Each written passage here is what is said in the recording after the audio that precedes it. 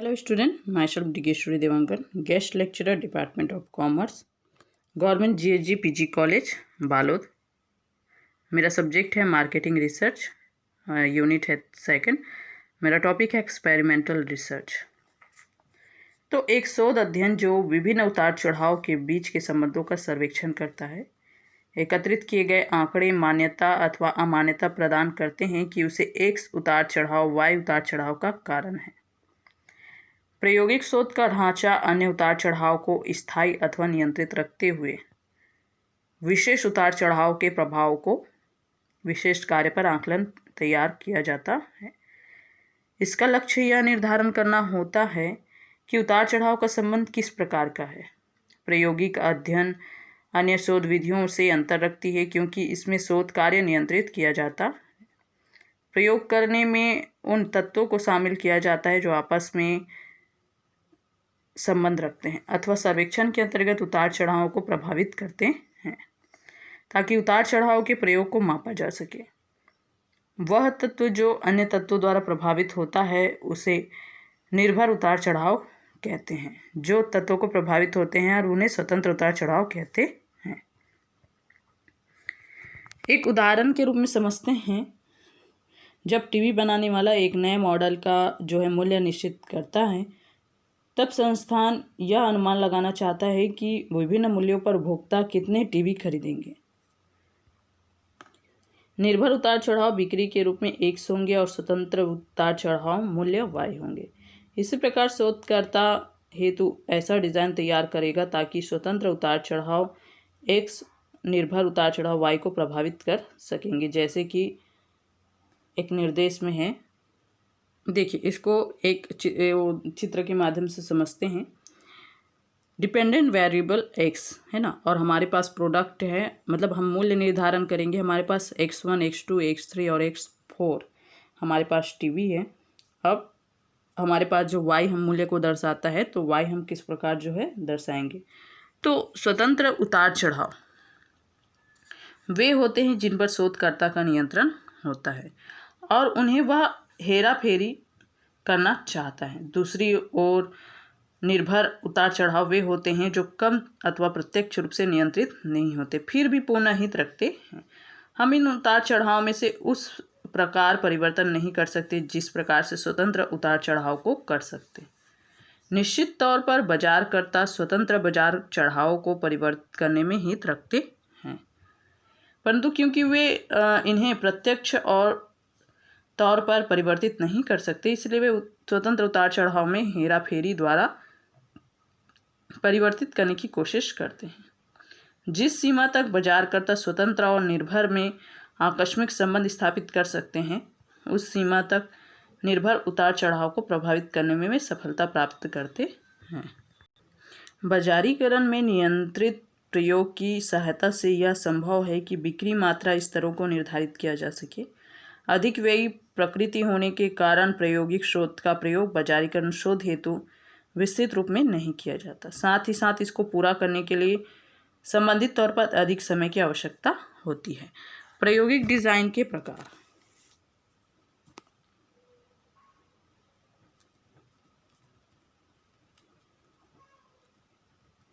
प्रायोगिक डिजाइन के प्रकार। पहला, उपरांत केवल डिजाइन।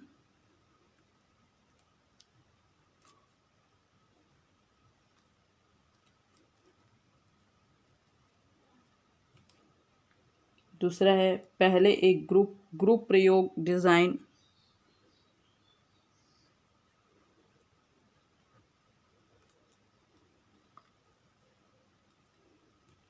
नियंत्रण ग्रुप के साथ पहले बाद में प्रयोग।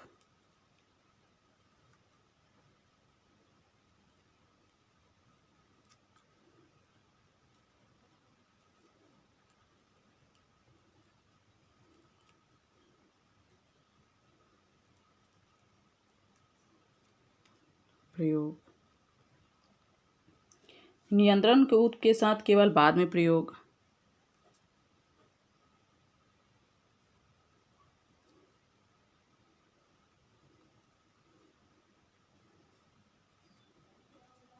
केवल बाद में प्रयोग।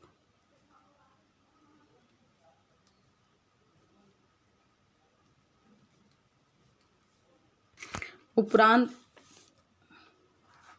केवल डिजाइन।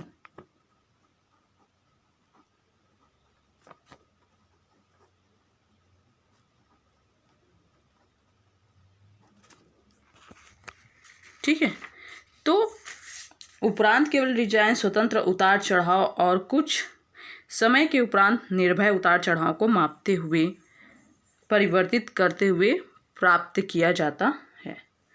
निम्नलिखित प्रस्तुत है OX(X)O1। यहाँ X स्वतंत्र उतार चढ़ाव में परिवर्तन को दर्शाता है और X तथा O के बीच दूरी समय के अंतराल को दर्शाती है।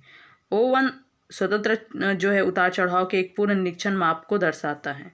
अब आप आकस्मिकता के बारे में जान पाएंगे, है ना। यहाँ पे क्या है, XO1।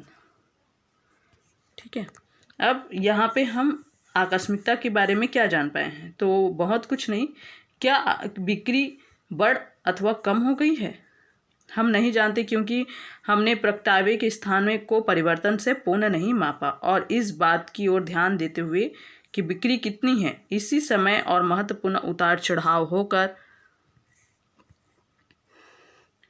सेवों की बिक्री को प्रभावित कर सकता है।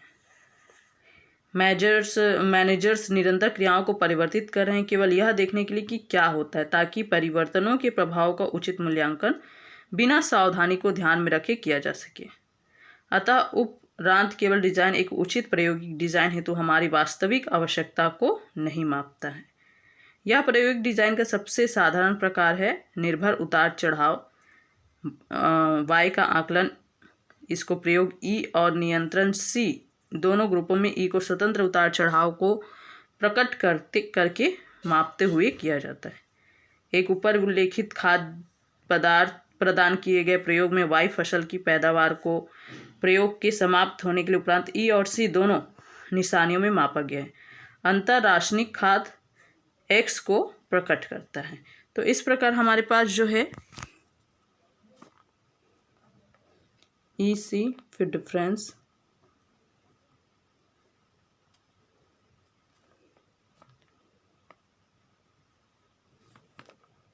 YE YC, प्रायोगिक के उपरांत है YE YC।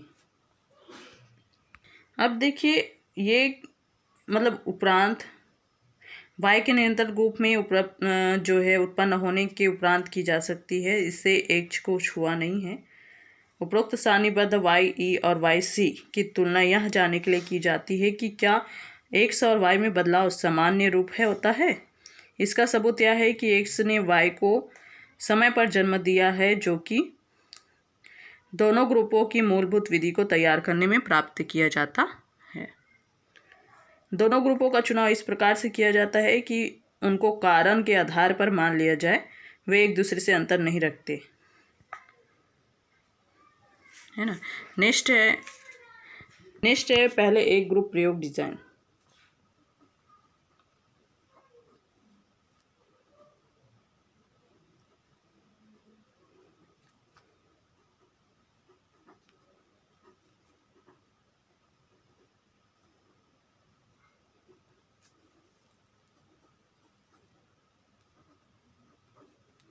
पहले एक ग्रुप प्रयोग डिज़ाइन के अंतर्गत जो है, पहले एक ग्रुप प्रयोग डिज़ाइन के उपरांत की उपलब्धि पहले उतार चढ़ाव को मापने द्वारा की जाती है, फिर निर्भर उतार चढ़ाव को परिवर्तित करते हुए और अंतः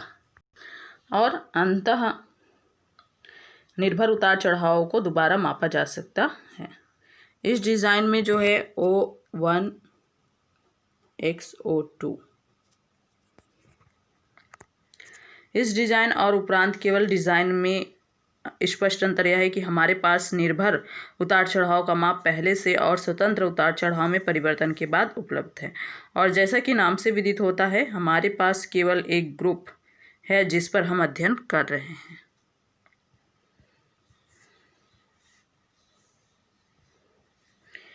इस ग्रुप में उसी ग्रुप को E और C तौर पर y को पहले और बाद में मापते हुए ग्रुप में x को छू लिया है प्रयोग किया जाता है। मान लीजिए एक शोधकर्ता पीने और गाड़ी चलाने हेतु परिवर्तनशील विचारधाराओं में एक फिल्म के प्रभावीकरण का मूल्यांकन करना चाहता है।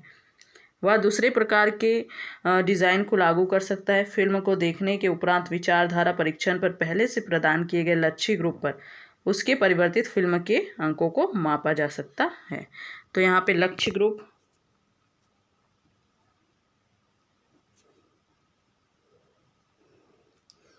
y1 y2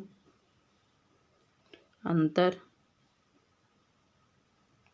y2 minus y1, ये पहले और ये उपरांत।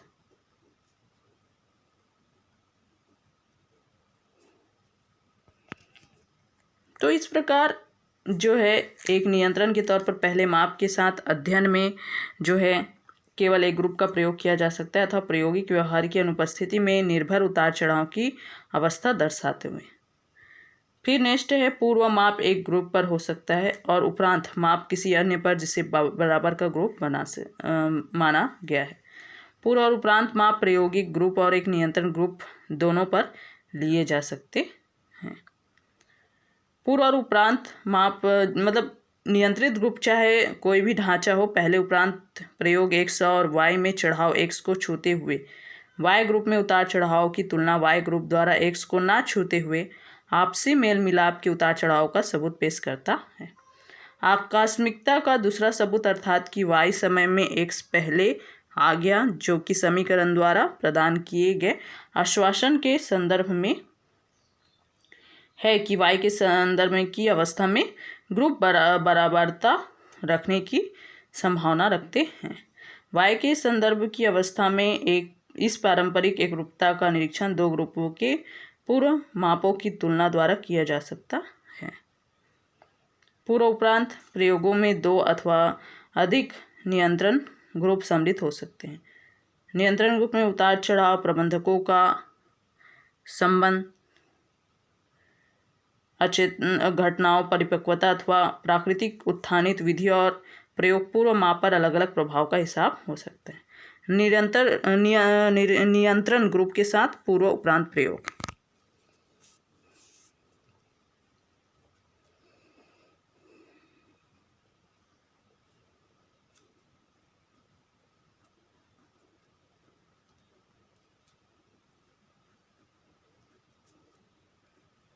पूर्व उपरांत प्रयोग।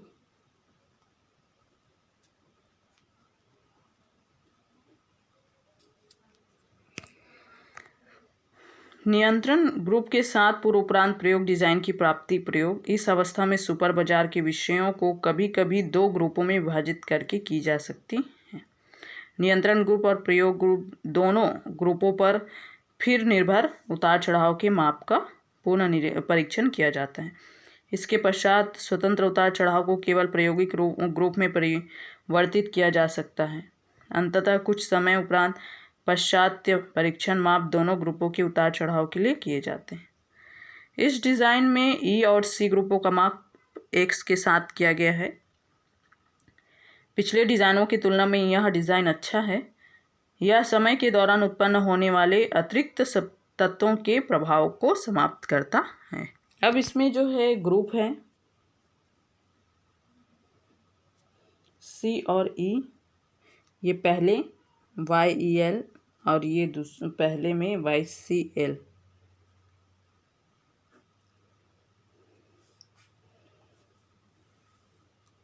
YE2 YC2 ये 1 है, YC1। अब ई में अंतर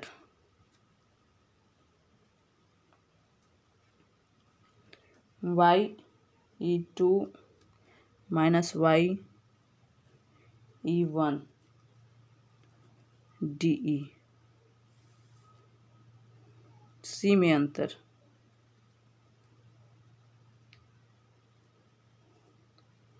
YC2 माइनस YC1 DC। नया अंतर क्या निकला हमारा? DE माइनस D सी, नया अंतर। अब हमारा चौथा है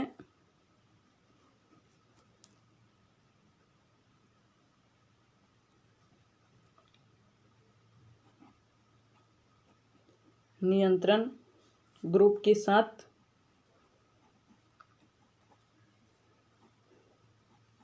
केवल बाद में।